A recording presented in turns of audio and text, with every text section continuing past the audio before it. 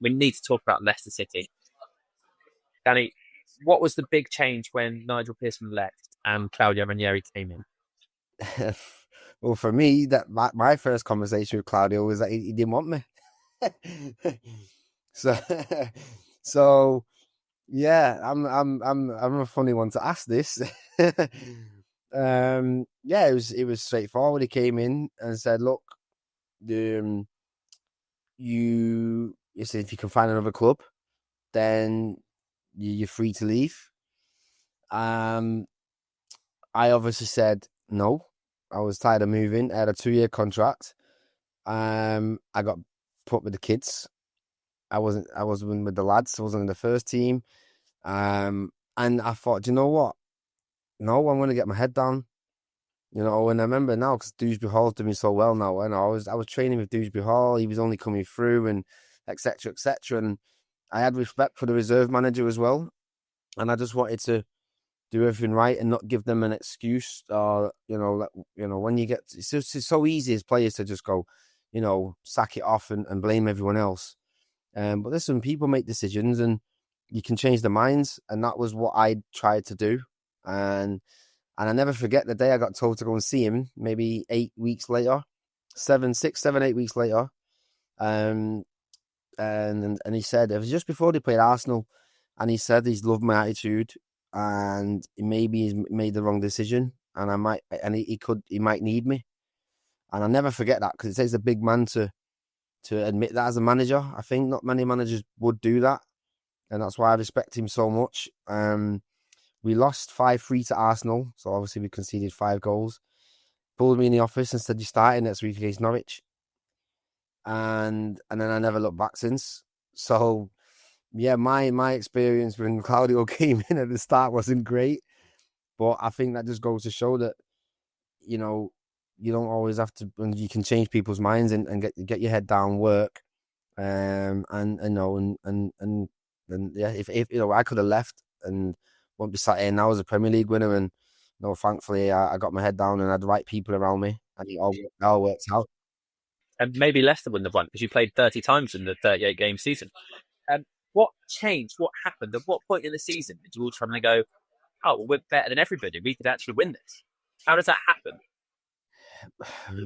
Everyone's got their own opinion on when they thought it was going to happen, but for me, I didn't want to believe it. I'll be honest. I was too scared to believe it. It was just the old cliche game by game. I think the City game when we beat them 3-1 made a lot of my family City fans. So when we beat City at the Etihad, I think we realised actually, yeah, we were a decent team. But I think for me it was the West Ham game. I don't know if you remember. With Jamie Vardy got a red card. Man, we got to give a penalty away. We're 2-1 down. And Tottenham are playing just after us to hopefully close the gap. And Jeffrey Schlupp won a penalty in the last minute. And Ajoa put the penalty away and we drew 2-2, and it just felt like a win. And then I remember feeling after that was like, no, we can't lose this. So that's how I felt through the journey. So that's my personal opinion, that experience. What do you think happened to the team? Like, what was it that took you from being a team that to fighting relegation to winning the Premier League in that span of time?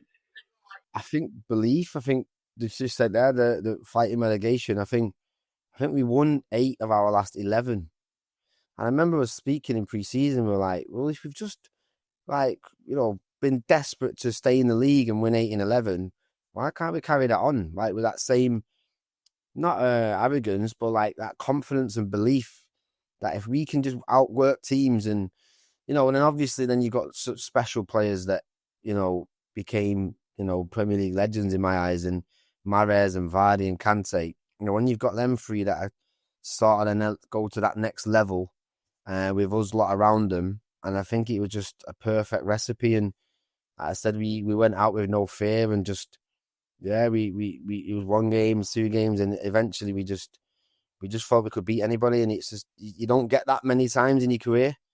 But to walk out of a tunnel thinking, oh yeah, well, we're gonna do you. It was a nice feeling.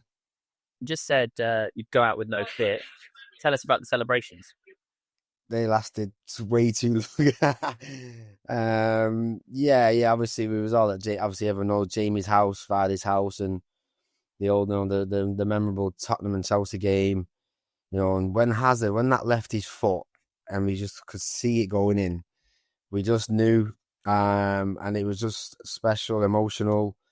I can't remember much of that week, to be honest.